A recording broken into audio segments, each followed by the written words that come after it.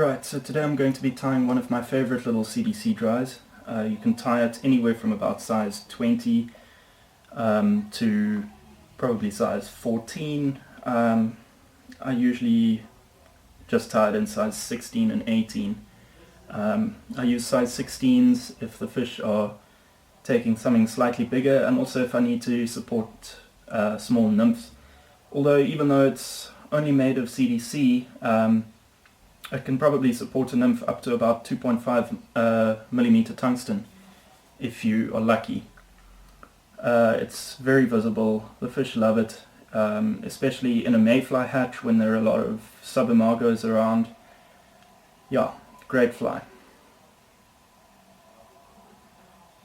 I'm using quite a thin thread here. I'm using the Trico. It's a great thread for tying small dry flies. I could go thicker in this case because I'm tying on a size 16, but it's not actually necessary and I'm lazy. For the tail today I'm going to be using some fluorescent pink Antron. You can also use Coq de Leon, and most of the time I will do this, but for some reason on the Cape streams I like this fly with a fluorescent pink tag. I don't know why, it's just one of those things, and it's the only color I use when I tie it with a hotspot. I don't find the other colors to be effective at all, so I either tie it with a Coq de Leon tail or a little fluorescent pink tag. Now you're going to keep the tag very small, so as you can see I haven't used a lot of this pink Antron.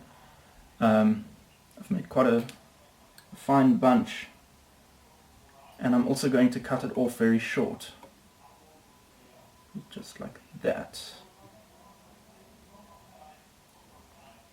You can see that's a very small bunch. And now I'm going to dub the body. You can use, especially if you're going with the CDL tail and you're trying to make a nice natural imitative type fly, you can use something like strip peacock herl, or even better, a turkey or goose biot or something. When I'm tying for competitions I want to churn out a lot of flies fairly quickly, so I will generally use superfine dry fly dubbing. Color is up to you. You can make this fly to imitate whatever colors of mayflies you most typically find. The color combination I'm doing today is one of my favorites for South Africa. You're going to leave quite a lot of space open at the head, or at the front of the hook. You'll see I've only dubbed about 2/3 of the way along the shank. You will see why in a moment. Next thing you're going to need is some CDC. In this case I'm using the Marc Petitjean Blue Dun color. I don't know why it's called Blue Dun. It's basically white with a very, very light sort of turquoise tinge, I guess. But it makes a very nice looking fly. Get the CDC. It's honestly worth paying a little bit extra for CDC of this quality. You've got very nice long fibers here, and you don't have a lot of broken fibers. And there are also a lot of fibers on each feather, so it goes a long way and actually ends up being cheaper in the long run. I'm going to clip in one of these clips. I haven't bought the Petitjean tools, and I get by just fine with these. Then going to cut it off the stem.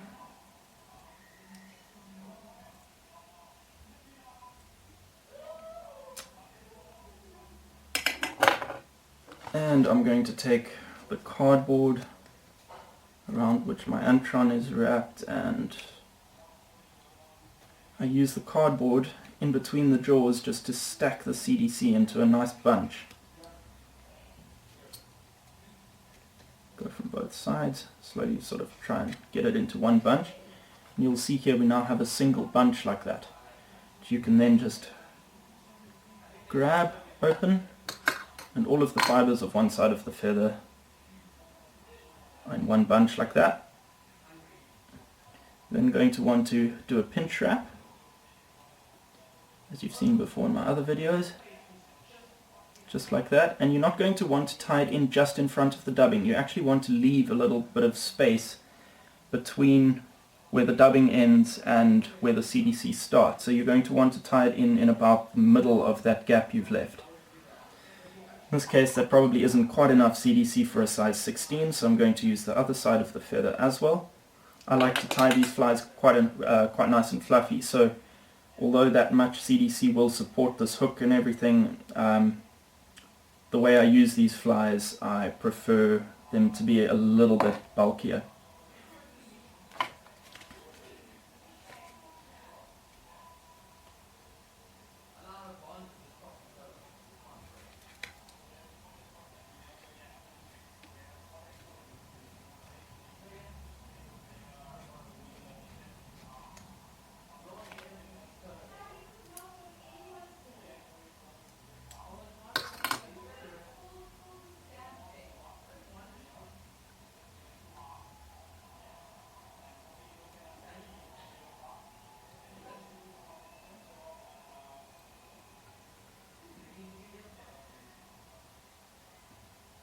I want to tie that in quite tight.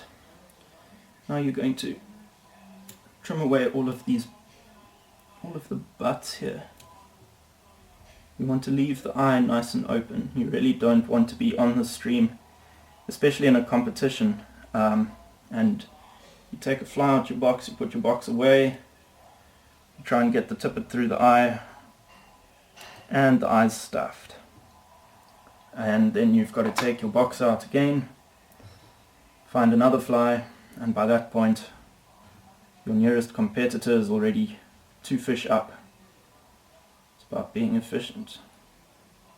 Once you've trimmed them away a bit, you can just wrap a little bit with the thread. Just makes a smoother base and it makes the rest of the fly a bit easier.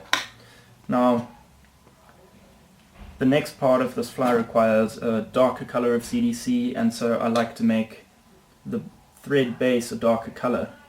It's not actually necessary, but it can make your fly look a little bit neater, so I just take a permanent marker and I just mark that black. For this next part, I like to use black CDC, but I don't have it at the moment, so what I'm going to use instead is the Marc Petitjean Bistre color, and it's a very nice, it's a very nice color of CDC actually. You can use it in still water flies a lot as well. You know, if you add a little bit of olive dubbing to a split thread of this stuff, it makes the whole thing look olive, but if you add brown, it makes it look brown. It's a very versatile color. It's also natural color of a lot of the Ephemeroptera duns that we get in this country. So do yourself a favor and get some. Maybe don't want the whole feather for this part. You want a fair bit, maybe like that. Do the same thing, cut the CDC off like that. And now I'm going to add a bit of black dubbing. So I like to use hair dubbing for this. If you have dyed black hare's ear or squirrel or something, that's even better. It's got all those short guard hairs, and you'll see why the guard hairs are quite important in a moment.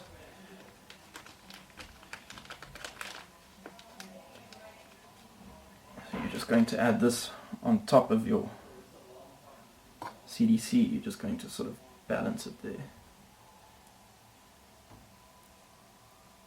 You don't have to do it like this. This is probably an inefficient way of doing it. You can also clip it in with the CDC before you cut the CDC off, but yeah, I didn't do that. Now you're going to create your split thread, as you've seen me do in previous videos. I think there are split thread tools, but I've never learned how to use a whip finish tool, so I just do it by hand. And it's exactly the same thing with the split thread. I do it by hand, and you'll be amazed what you can do with your thumbnail. I mean, this is a 17/0 thread and I had no problem splitting it. You just have to flatten it properly. You're then going to clip the CDC, or catch the CDC and the dubbing together into the thread. And clip the clip carefully, like that. And now you spin your thread to secure the CDC. I might have a little bit too much. I'm going to take some of the top of the CDC off where there's no dubbing.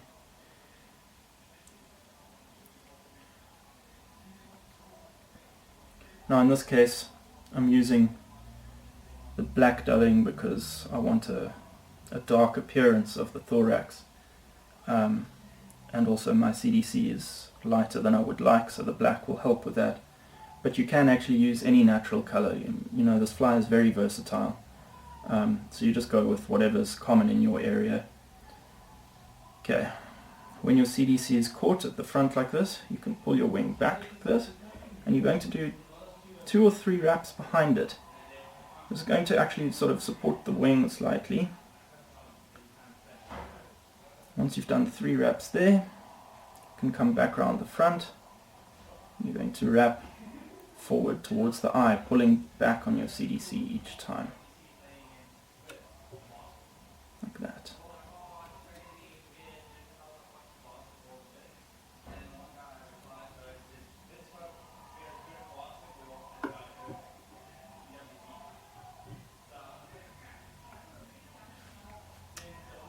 Now, once again, unnecessary step, but it does make your fly look just a little bit better.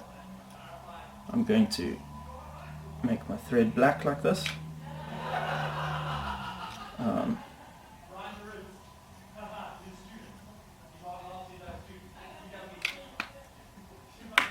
And I'm going to make a nice little head here. It's not actually necessary, but you know, I like how it looks. I'm sure the fish can't see it.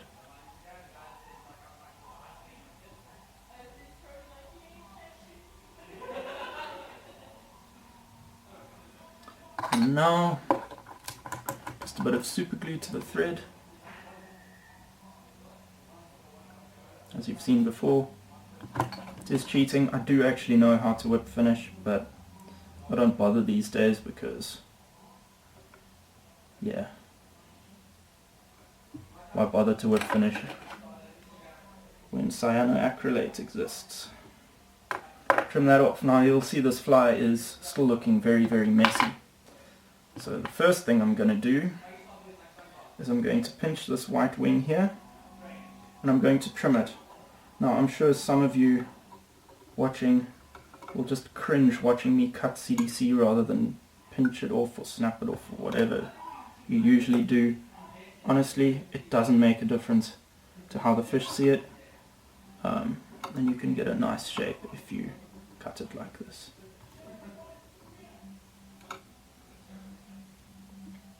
That's starting to look quite nice.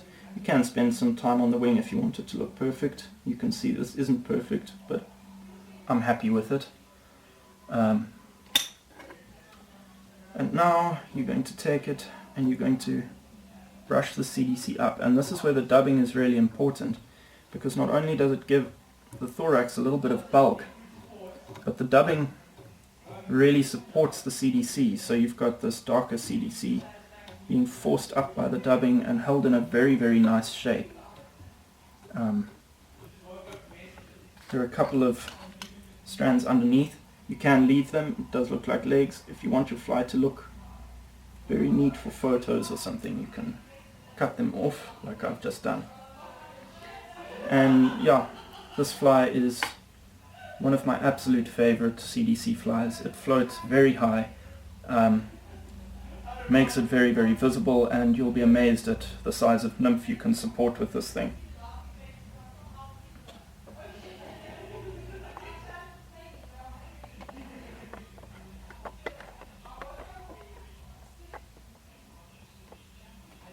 There you go.